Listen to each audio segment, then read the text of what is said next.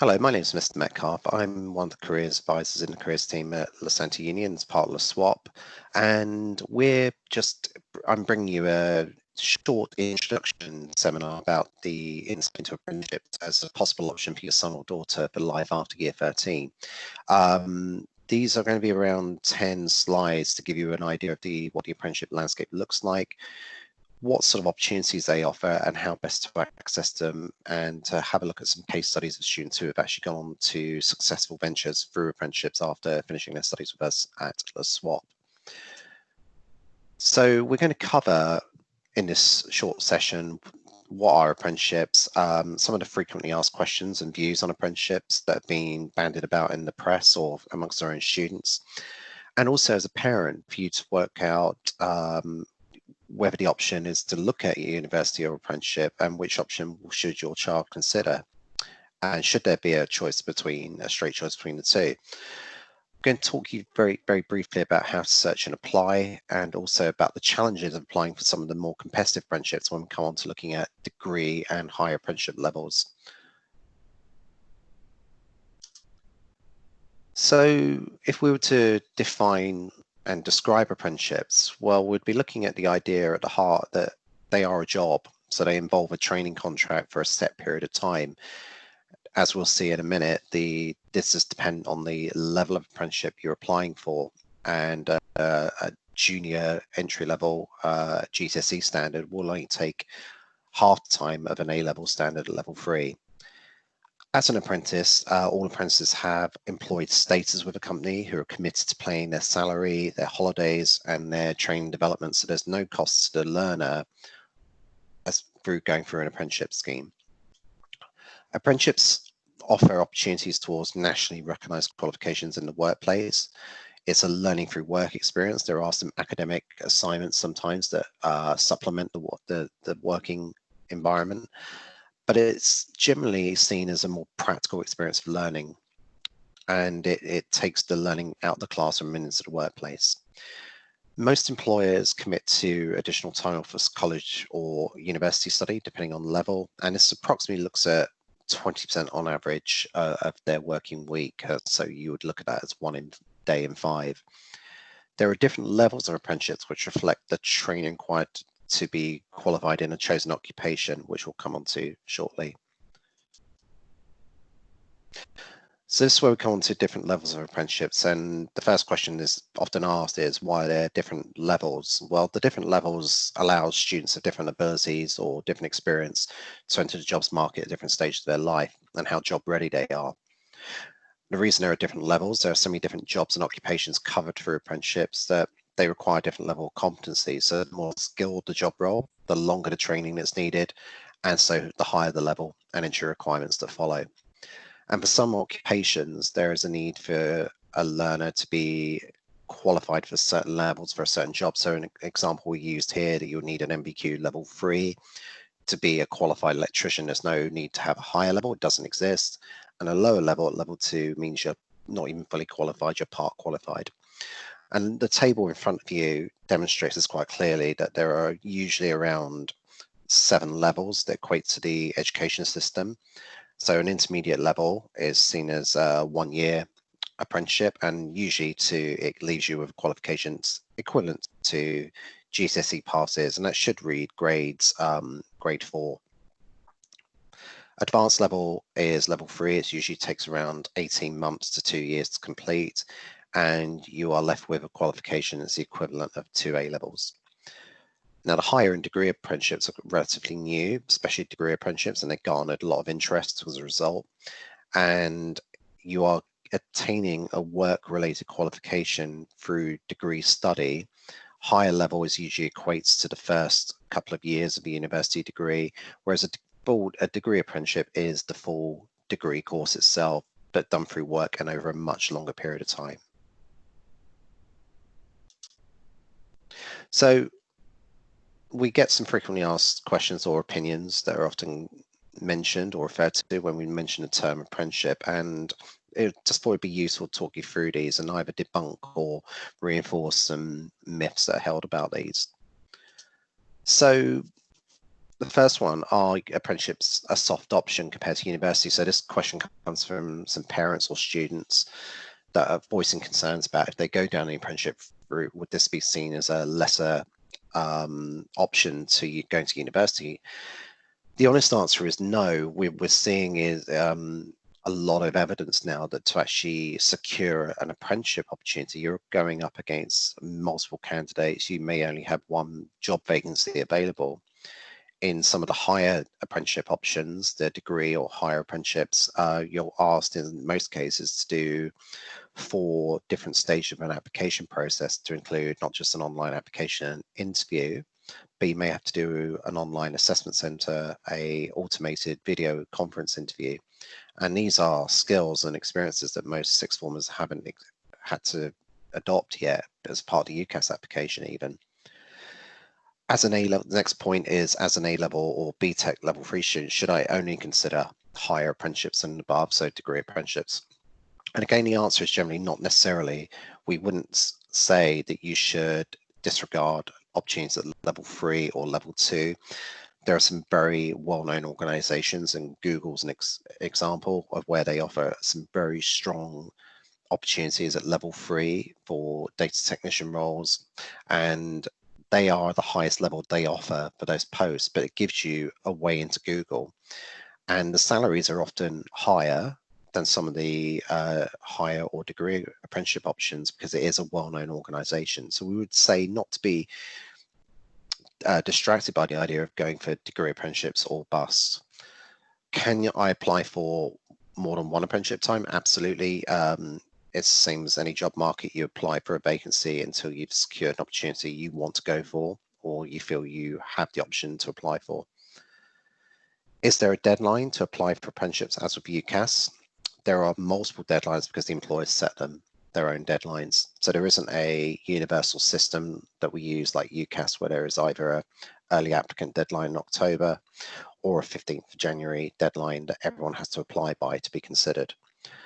So most apprenticeships or schemes will set their own deadlines, and these can vary throughout the year. Some do early recruitment from September to November to get through hundreds of applicants, and smaller companies tend to start recruiting 6 to 8 weeks out from appointing someone to start. So it requires a different mindset, which we'll come on to later on. I'm undecided. Can I apply to both universities and apprenticeships? And the short answer is yes.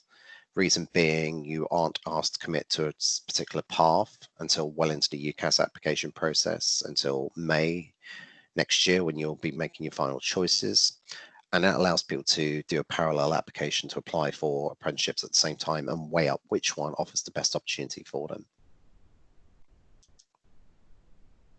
So when we come to this idea of universities or apprenticeships, which option should my child consider? Now, we've done quite a crass apprenticeships versus university comparison here, but that's the nitty-gritty. People want to know, right, which one really should I be weighing up? Well, we see with apprenticeships that they've expanded from being just solely training opportunities from manual trades to now very corporate-minded opportunities, training opportunities for areas like tech industry, for example, have expanded their offer for apprenticeships. We're seeing a lot of digital marketing opportunities. That's a growth sector in London in particular, and a lot of healthcare opportunities now we're seeing for not a fully qualified nurse, but a nursing associate. You can now apply for a small number, but still a notable number of apprenticeships through the NHS. As we said, they're fully funded, so there's no debt that you would absorb as part of your learning experience, as opposed to UCAS, where 99% of the courses you're going to have to fund yourself through student loans and student finance in general.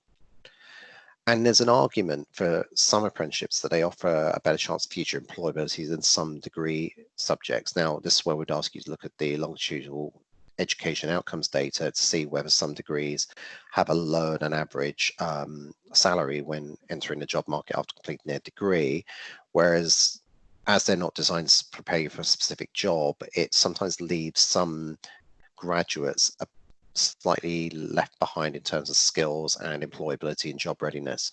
Whereas apprenticeships, because you are being trained for a job, the argument is you are then job ready and able to make huge strides into the workplace. However, We do know that apprenticeships are limited in range and they do not provide opportunities for high-level study with certain academic subjects. So for argument's sake, you might look at history. There are no obvious direct apprenticeships involving history. You might have skills from history as a subject that are used with some apprenticeships in cultural heritage operations like museums, but there isn't a qualification route to do a history apprenticeship, whereas at university you would have that in abundance. And also it's worth noting, despite the higher and apprenticeship degrees, apprenticeships being made available, the take up by these employers have been limited, so there aren't the large numbers of higher and degree apprenticeships as opposed to looking at university equivalents. Also, it's worth noting, as we've mentioned already, the actual entry for higher and degree apprenticeships is massively competitive, and you will be up against hundreds of other applicants for some degree or higher apprenticeships, as opposed to applying to university where a third or a quarter of the applicants are likely to get given an offer to start a course as long as they have the grades. And it's also worth noting that in some cases, like medicine, university degrees are still the only viable route into certain occupations, and that's not changed as things currently stand. So we look at two mindsets here, really, when we're thinking about how you apply for apprenticeship. So we can use the UCAS mindset. And really, it's a well-oiled machine with UCAS. People look at grades, predicted grades, achieved grades at GCSE, what's contained in your personal statement in terms of your level of readiness and knowledge of the course you're applying for. And for a minority group of students, you might have additional entry requirements such as admissions tests, portfolios, or interviews that you might have to undertake. But for the most case, it's apply with grades, personal statement, and you're most likely to get an option available as a firm offer to start in September the following year. Now, the apprenticeship mindset, as you can see, is a lot more considerations in mind. There are concerned about having a suitable CV and cover letter to attract employers' interest in the first place, having savvy and enough knowledge how to navigate an online application form. For some of the higher degree apprenticeships and some of the competitive advanced level apprenticeships, you may be asked to do psychometric tests online. You're almost certainly, for some of the very sought after competitive degree apprenticeships, can have to undertake a video, Skype interview, Zoom, as become more common and popular in the last few months. And they're a very different dynamic to doing a face-to-face interview. And the assessment centres, which we've mentioned, incorporate role plays, group exercises, and looking at case studies and then final interviews. And still, after all that, you may be asked to have a certain required grade entry.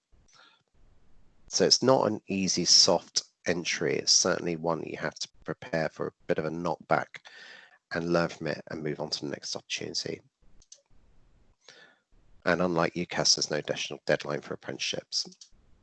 So in terms of how to start your research and start looking at what's out there, we recommend looking at the following websites or organisations.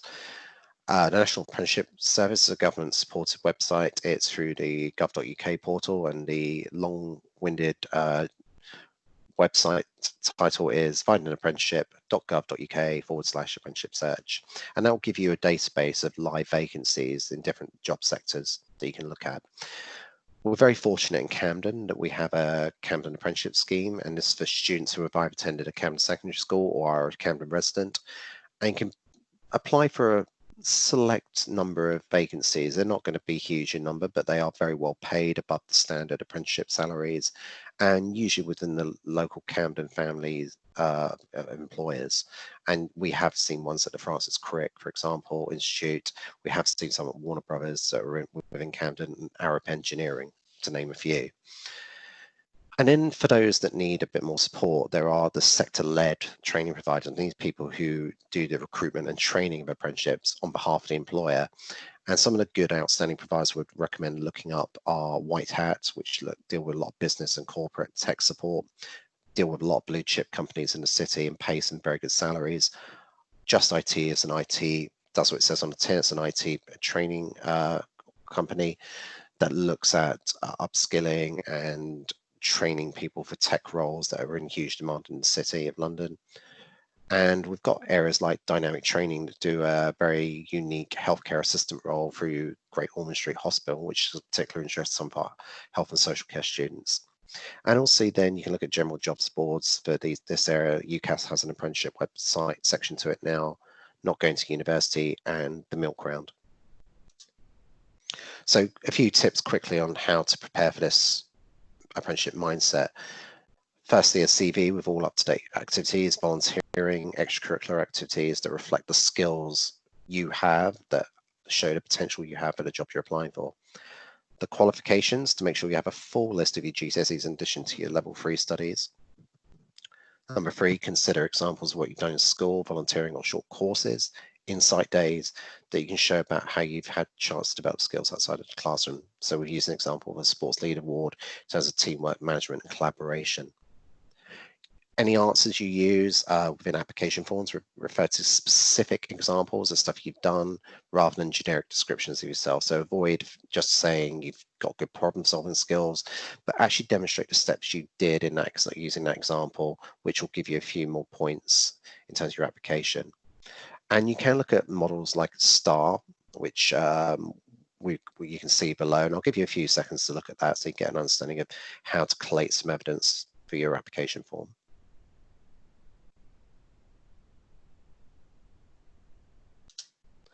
So applying for, just a quick note on applying for competitive apprenticeships, there's been an increase in the number of higher end degree apprenticeships. It's still not quite the numbers we'd like them to be, but they are the ones with the high salaries and the highest entry requirements. And due to the high number of applicants and interest, they've adopted a graduate style of recruitment to manage the sheer number of applicants.